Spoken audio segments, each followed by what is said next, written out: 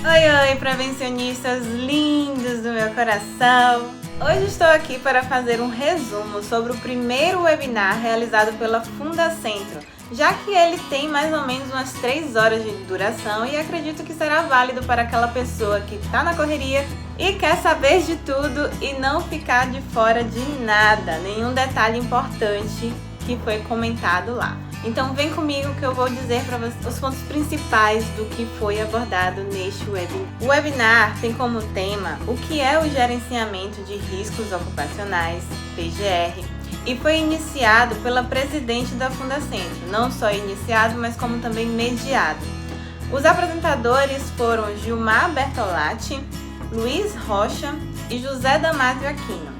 Cada um deu as suas considerações sobre o que é um PGR, sendo que o José Damásio Aquino comentou sobre a ISO 45001 e as associações que ela pode ter com o PGR.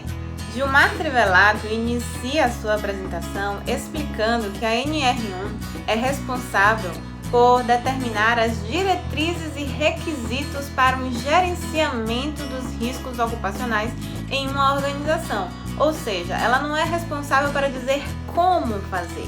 Se o profissional de segurança do trabalho quer saber como fazer este gerenciamento, ele precisará ir em busca de literaturas técnicas tais como a ISO 45001, a ISO 31000, outros documentos disponibilizados pela própria Fundacentro em seu site, além dos órgãos que são similares à Fundacentro, só que de outros países, e também as diretrizes recomendadas pela OIT, Organização Internacional do Trabalho. Gilmar Trivelato destacou que a nova NR1 representa uma mudança de paradigma nas relações de SST, porque representa uma transição de uma forma de lidar com SST de forma burocrática e documentalizada para que ela passe a ser implementada de fato nas organizações. A modernização da norma teve como intuito a prática da gestão e a desburocratização destes documentos, destas formalidades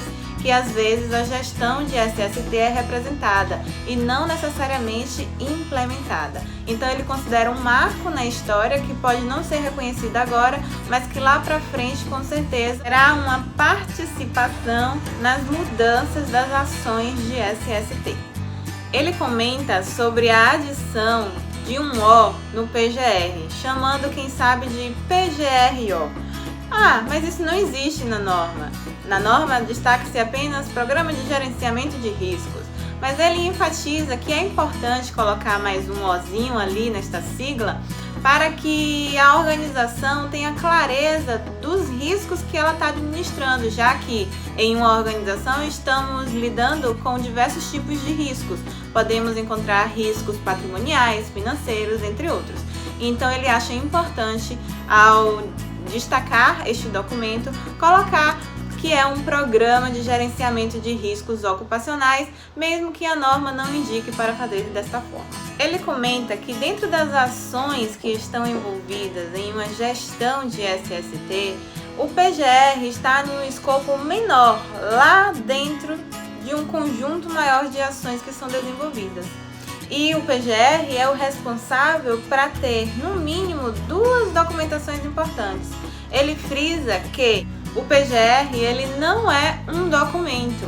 Ele deve conter, no mínimo, 2 documentos, que é o inventário de riscos e o plano de ações, mas que ele não deve ser confundido apenas com estes documentos e que também não desobriga a elaboração de outros documentos e a implementação de outros documentos dentro dele.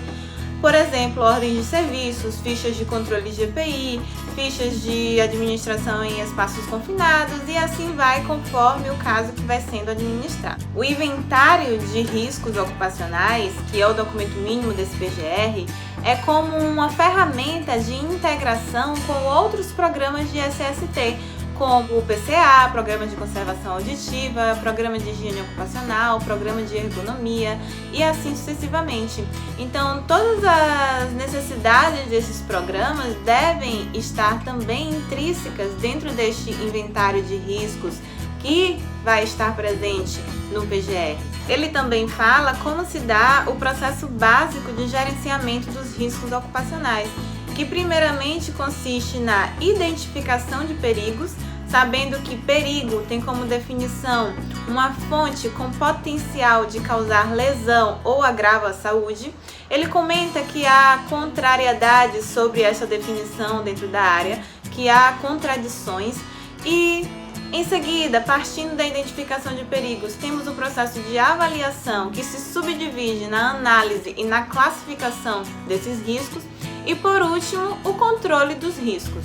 Sabendo que risco tem como definição a probabilidade de uma lesão ou agravo à saúde acontecer com a severidade dessa lesão ou agravo à saúde. Em seguida, começa a falar o palestrante Luiz Rocha, também conhecido como Lumbreiras.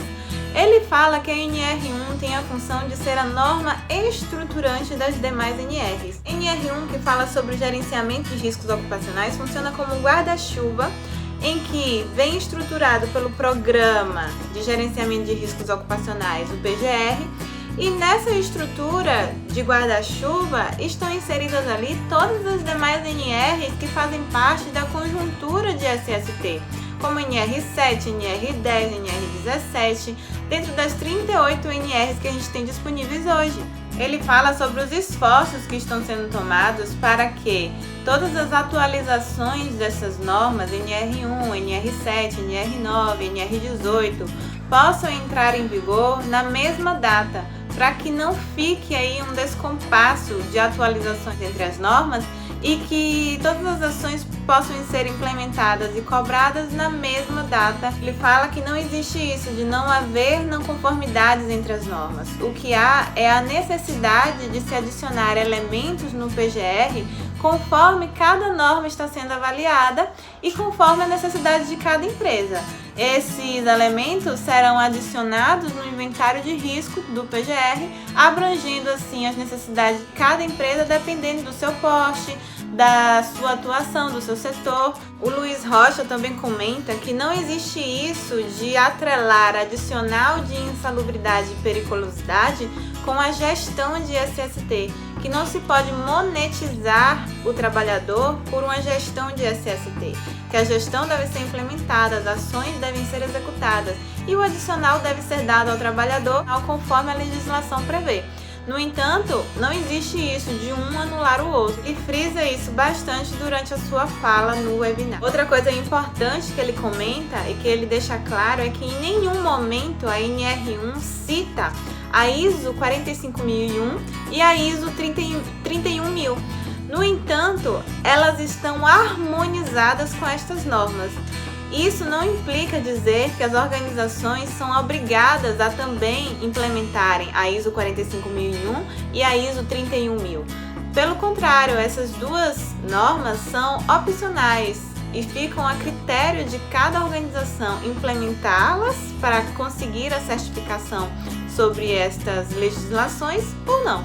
José Aquino vem por último como palestrante para falar sobre o que é a ISO 45001, como se dá o processo de implementação da ISO 45001 dentro de uma organização, e ele perpassa por todos os tópicos desta norma, dizendo o que é o conceito, o escopo, os itens que estão presentes na norma desde o início até o final, comentando item por item, um pouco meio que superficialmente, e depois ele fala sobre o processo de avaliação da conformidade, que é o processo que é realizado para garantir se uma empresa ou um organismo está capacitado para ser o acreditador ou o avaliador de conformidade desta organização, para fazer o processo de certificação. Aí ele explica que esse processo de avaliação de conformidade pode ser de primeira, segunda ou terceira parte e que isso varia de acordo com os interesses de cada organização. O organismo acreditador é acreditado pelo governo e fica capacitado para fazer o processo de avaliação da conformidade para transformar outras empresas em também certificadoras de um programa, que no caso é a ISO 45001. No final do webinar é realizada uma pergunta em que é da seguinte forma: quando o PGR for implementado, o que acontecerá com o PPRA? Ou o que a gente faz com o PPRA agora? Ele vai perder a validade? Aí, quem responde é o palestrante Luiz Rocha, e ele frisa que não existe isso de validade, porque a empresa ela não deixa de existir. Que todo o programa precisa ser revisado a cada 2 anos, principalmente porque é delimitado pela norma isso. Mas que não existe isso de perder a validade. São ações contínuas que devem ser efetuadas na empresa e que serão revisadas sim a cada 2 anos. Mas que o que deve acontecer agora é um ajuste no PPRA para uma abertura de uma visão de não se restringir apenas para os riscos ambientais, que são os físicos, químicos e biológicos, mas também a todos os outros riscos que a organização pode abranger. Ele falou que o órgão responsável por dar estas orientações a todos os empresários é a Subsecretaria de Inspeção do Trabalho, a SIT. Inclusive, essa secretaria vai adotar o critério de dupla visita, ou seja, a primeira visita vai ser para instrução dos empresários sobre as mudanças que foram ocorridas, sobre uma análise do que a empresa ainda não aderiu, do que foi atualizado, uma visita para instruir os empresários e em seguida que aí sim seria uma visita para que pudesse ser feita a fiscalização sobre o que não está sendo cumprido.